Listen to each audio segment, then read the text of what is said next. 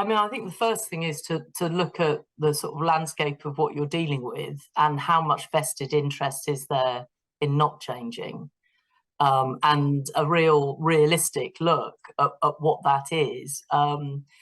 So again, I worked where potentially nearly all the partners or leaders in the organisation were of a certain age and male and making quite a lot of money. Like, why is it in their interest then to change that model, really? And I think why it's in that interest to change that model is over time, I think the earlier conversation we've had about the sort of golden rod, really, of making money means you have to be as effective as you can possibly be in the society that you're making money in.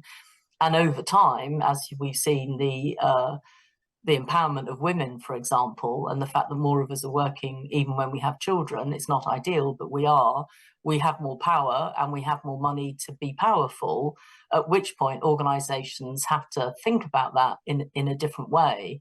I met some women from the army the other night at something, and I've met them before.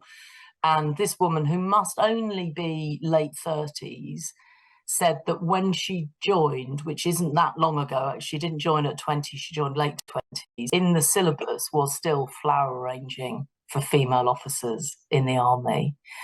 And I thought to myself, God, you know, that's not that long ago. Is it any wonder then that the army, very high profile, are really struggling with issues around diversity?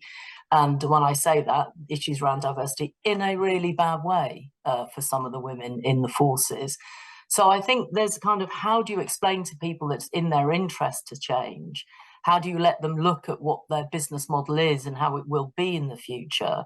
And then let them work it out for themselves, I think is the best way to do it. And that goes full circle back, Ruth, to your thing about reconnecting with the people that you're there to sell something to or provide a service to, is that they are the people that should dictate the business that you're operating.